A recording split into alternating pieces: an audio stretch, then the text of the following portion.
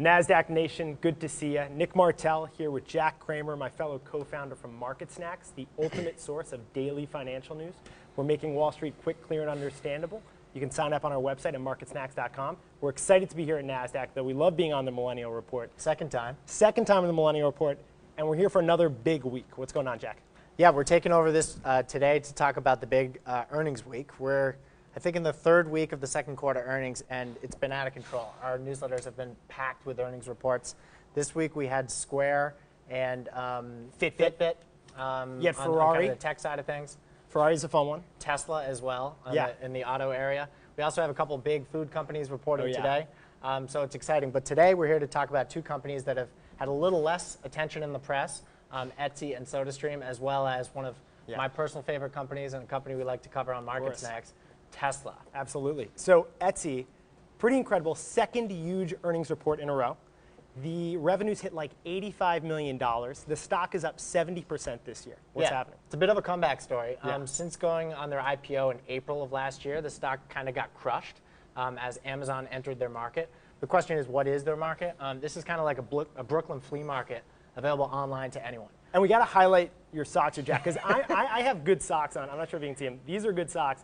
Jack, we were expecting more like millennial-related stocks. It perfectly describes what Etsy does, though. These are responsibly made wool socks made in Vermont, basically indestructible. And it's kind of like small craftspeople that are making a killing on Etsy. So it's basically if you make sustainably made, craftsy things that have kind of a capitalist wit and want to take it big, Etsy is where you can sell to like 26 million buyers they have now. Yeah, So. And Jack, for those of you who don't know, Jack's from Vermont.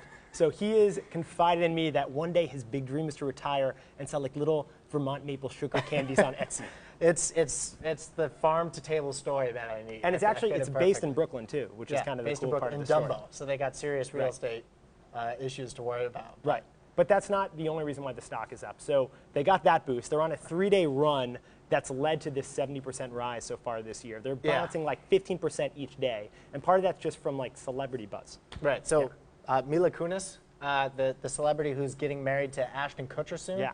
Kind of forgot Ashton Kutcher fell off the earth ever since Punked. But she got her ring, and I guess Ashton got her ring on Etsy. So they mentioned that on Conan the other day, which is kind of a big deal for them. So also helped them get a stock boost. Right. So Etsy's, though, got this kind of funny, it's like a frenemy relationship that it's got going on with Amazon, but really more of an enemy relationship. So Amazon's got this whole new competitor that it's called Handmade, basically the exact same concept as Etsy. And that was a huge issue for Etsy at the end of last year when that launched. Right, so on the one hand, Amazon has made the United States and soon to be the whole world comfortable with buying everything online. So in that sense, it's like a rising tide that's lifted all boats, including Etsy. So last week when they announced Prime Day, which was another smashing success. Right, the big Amazon Prime Day. Yeah, all of these e-commerce companies did well. But at the same time, this Handmade, it's almost like Facebook taking over Snapchat's story feature this week. Right. Just an exact copycat move. And from a bigger, more established competitor, it can be tough. Right, and so you're Etsy, and the same kind of person making craft candles is selling them now on Amazon and selling them on Etsy. How do you differentiate? So they came out with Pattern, this new feature that basically allows you, if you're a seller, that kind of Brooklyn-based guy we were talking about making the socks, you can create kind of your own website on Etsy, so you can sell it and have more of a storefront. So that's a nice benefit. But the thing that analysts are really liking about Etsy is that it's getting all these sellers' fees. So it's actually getting a little bit like a fee from the transaction when you buy something from Etsy, and then it's getting a little bit of the fee when you want to promote a product. So you can actually pay Etsy a little more. Right. So 700 million total transactions, including these socks, were sold over Etsy last quarter, and they made 85 million of revenue. So a fraction of that is what they're making in promoting certain companies to put it at the top of the search list or transaction fees. Right. And then e-commerce in general, kind of also in the news this week, a little bit more drama. I'm sure you've seen the ads on the subway for Jet. Right. It was kind of like the White Knight. Actually, it was like the Dark Knight. It was like Batman trying to get in there and battle Amazon. The company was like a freak unicorn, over $1 billion valuation. It raised about $500 million. It was like going all the way hardcore. We're taking on Amazon. Right. So Walmart, who is desperate to find a way to compete with Amazon better, especially in the e-commerce space, they've tried to do it themselves, not with much success. So the talks this week are that they're considering buying Jet. which would seriously give them a head up in the e-commerce world. Absolutely. So, all right, so that's Etsy. We covered Etsy. You're all familiar with Etsy. Let's go to SodaStream. SodaStream is, they announced earnings this week, which were 20% more than expected, about 117 million. Stock price jumped 15% on that one day, so that was huge. And this is the relevant millennial story because it's all about the thirst for water and basically young people not crushing soda anymore. Right. So SodaStream started, they went public in about 2011. Sales were climbing each year as more and more people bought these little machines that you put on your counter. My mom loves that machine. They carbonate water, and you can typically, I don't know, stir in some sort of high fructose, some little mix whatever, and like make your own Coca-Cola at home. So that went really well as a strategy until 2013. And then this millennial trend started happening where there was a decline globally in developed markets when it comes to soda consumption. Like soda consumption, anything sugar related. I mean, like I grew up basically having Life cereal every single day for high school, like every day. Big lacrosse game, no lacrosse games, just Life cereal, carbo loading. And like now I make these kind of Instagram-worthy Greek yogurt bowls with like symmetrical raspberries and like a toss of chia seeds. It's part of the mega trend, you know, more healthy, more fresh. Absolutely. And you see McDonald's is struggling while Chipotle is taking off, at least until the recent E. coli and other bacterial issues. Right.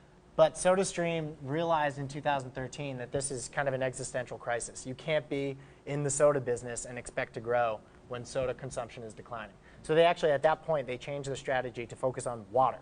So they actually changed their slogan to make water exciting. Not changing the name. So keeping soda in the name. I guess we're not fully there yet. Yeah.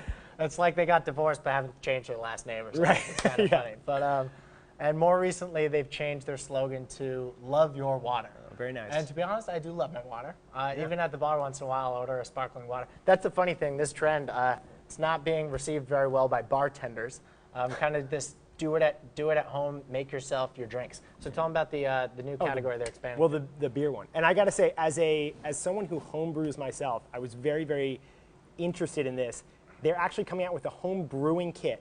They're only releasing it in Germany and Switzerland at first this year. Then it's going to be in the US end of this year and 2017. But basically, this is like home brewing, like completely minimized, so that you only have to put in a few ingredients and like pumps out beer. So I'm used to the home brewing, which is like, 3 months that you spend. You have to like go out and forage for hops. Yeah. And then you have to get get all these fumigates ingredients. the entire apartment with these horrible stenches. You can't get the grain smell out. And they're basically consolidating this into this kind of fun, easy-to-use project. Yeah. So it started with soda, moved on to water. The next frontier is beer. Absolutely. And the stock price, which has been just crushed since the whole health-conscious trend that's happening in food and beverage, finally recovered like 14% this week. So that was a very interesting story. Speaking of endorsements, there was that shout out by Mila Kunis for Etsy. And we were thinking what would be a good shout out for SodaStream. I say Michelle Obama. After the Obama presidency is over, she's all for the healthy kids, get them going, low calorie. They got to sign up Obama. I think it's Michelle Obama. Like totally fair. It's a winner. It's absolutely a winner. So I think that's where they got to go with that. But it's pretty impressive that this company has successfully made a pivot kind of from a high-calorie, unhealthy, heavily processed business into low-calorie and healthy and fresh. Yeah, and like we were saying, basically this is following the millennial trend. So. Yeah, we haven't seen many other companies do that, so that's pretty interesting. Yeah, make that big jump. Yeah. Well, all right, so third and final company we covered today, kind of a car company, like kind of a tech company. What is Tesla? Well, they have a CEO who's as much of a celebrity as any of the tech CEOs out there, like Mark Zuckerberg. This is Tesla. We're talking about Elon Musk. They announced earnings this week, which were pretty disappointing. $290 million loss and didn't quite deliver as many cars as they wanted to, about 14,000. But nonetheless, the stock price is still pretty high, and it's because of a lot of very interesting, very ambitious stories that are happening in the Tesla world. Well, first of all, there's Musk himself as a personality who is just like a visionary in some way. So the last couple of weeks, you have him coming out with this mission statement, essentially, right? Right. Which is, if you go and read it on his blog, I mean, it's pretty hard not to like fall in love with this idea. I gotta correct you. It's not a mission statement. It's called the Master Plan. Right. And he came out with his first one in 2006, like when the company was just a newborn baby. Came out with Part Deux. And this is, part of his personality. He's tweeting all the time. He's kind of got a Donald Trump-like off-the-cuff personality. Yeah. But just last week, he came out with his Master Plan Part Deux, which is just even more ambitious and incredible as the last. But as you probably know already, they already make the Model S, which is the luxury sedan, and they also make the Model X SUV. They're moving into the sort of everyman Model 3, which is more affordable at $35,000. But in this kind of updated master plan, he also talked about merging with Solar City, which is the leading like rooftop solar developer, which Musk also is the chairman of and the founder of. And which he references in his blog. I mean, basically the guy says, look, I got out of PayPal. I threw everything into these companies to see this come to fruition. Yeah. And now I actually have to see it come to fruition. He's merging. He threw his whole soul on the paper in these mission statements. It's a pretty heroic story that I find very interesting. And we were talking earlier, we think he's sort of like the CEO of our generation. Right. And he's producing the devices that we will use, when we're finally buying cars. I mean, we're here in New York City. We don't own cars, right? Because it's just ridiculous to have a car. We're riding city bikes and taking the subway and taking Ubers everywhere. But he actually announced on Friday of last week a really interesting plan that is just awesome, where he's disrupting the disruptors. Right. By creating this app which will allow you to share your own car. All right, so walk me through this. We were just chatting about this. Basically, it's kind of replacing the concept of an Uber. And if you think about it, Uber was the disruptor, but anyone can be disrupted in this world. So let's say, we're back at college, right? And Jack, we met each other at college, by the way, did. Middlebury in Vermont. All right, so walk me through. Jack's got his fancy Tesla, but at this point, let's just say it's kind of the lower, easier to access, more affordable Tesla. Yeah, sure. Let's say it's the $35,000 Model 3. Still pretty fancy, Jack. Sure, college.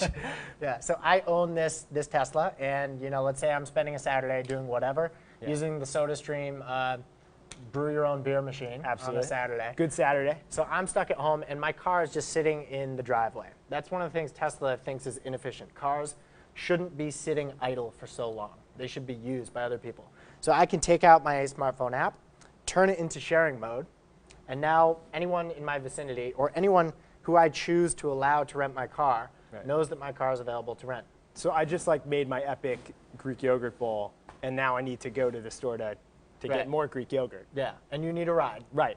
I go into my Greek phone. Yogurt. Right. I go into my phone. Dip, dip, dip. You check out. You say, "Oh, Jack's Model 3. It's available at Ross Dining Hall. Right. I should go over and get it." No, you actually don't have to go over and get it. Tesla has the autopilot, the self-driving feature that they're continuing to develop. And so the car will actually go pick up Nick at his house. Nick will go drive it to the grocery store. Yeah. And then when I decide that I've had, my fill of beer, I tell my app that I'm done and I want my car back. And then the self-driving feature comes back to me. Yeah. This is the kind of stuff that Elon Musk is talking about doing. And it could put Ubers out of business because anyone who owns a car can be an Uber driver without driving. Totally. But then you kind of get brought back to reality here, and you're saying they only delivered 14,000 cars last quarter, and they've got to deliver, I think, 500,000 by the end of this year, or 500,000 by more 2018. Right, by 2018. Yeah, they want to be producing 500,000 by 2018. They already got, I think, 300,000 or more deposits for this everyman car we're talking about, the Model 3. But Musk, he's talking so ambitiously and talking about changing the world and being the sustainable, everything provider. Meanwhile, only 14,000 cars delivered this quarter. Still, we think investors are kind of just mesmerized by this amazing, ambitious plan that he has going on. So the stock price is still quite high. Right. So all right, so those are top three, the stories you're probably not hearing about everywhere else.